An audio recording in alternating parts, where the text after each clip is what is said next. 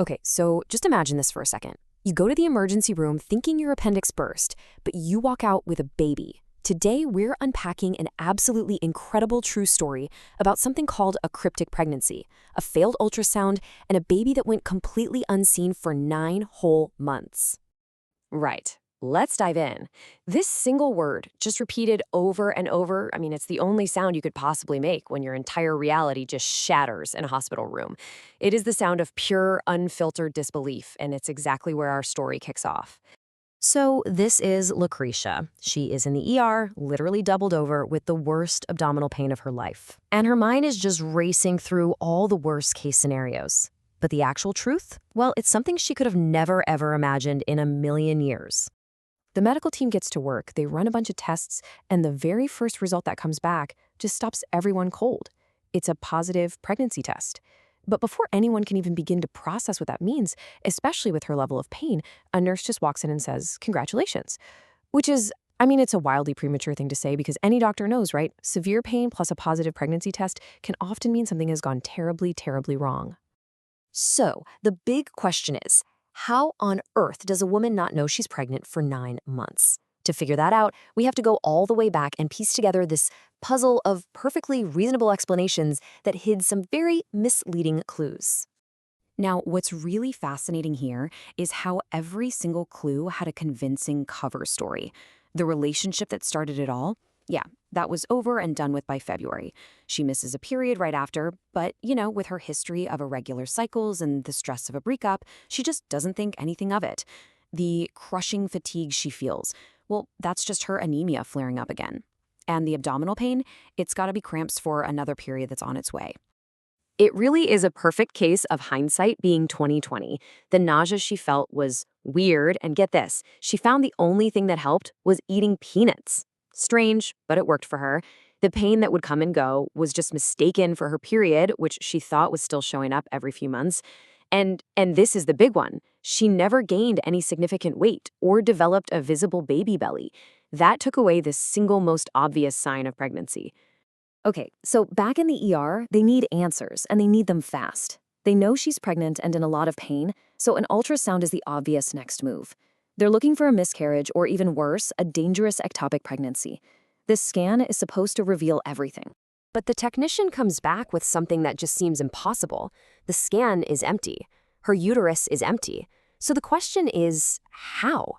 How can a woman have a positive pregnancy test, be in this much pain, and yet have absolutely nothing show up on an ultrasound? And this right here becomes the central mystery. If it's not a miscarriage and it's not an ectopic pregnancy, then where is the pregnancy hormone even coming from? Is this a huge medical error, or is it something else entirely?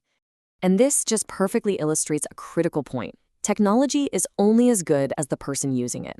The technician, assuming they were looking for a tiny early-stage pregnancy, probably used completely wrong settings. They were basically zoomed in looking for a blueberry when they should have been looking for a watermelon.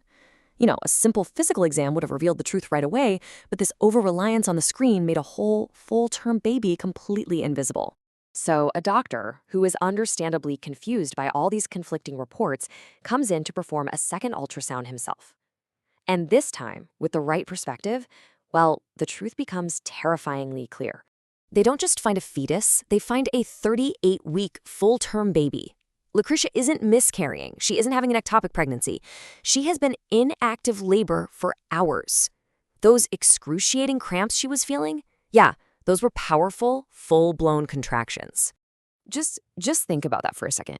The 9 months of planning, of getting your head around it, of all the mental and emotional preparation that most parents get, she got all of that condensed into one blinding, overwhelming flash of realization in a chaotic ER.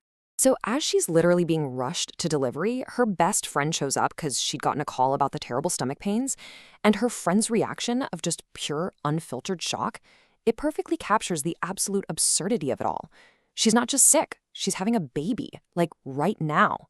So in a complete and total whirlwind, Lucretia is rushed through the hospital.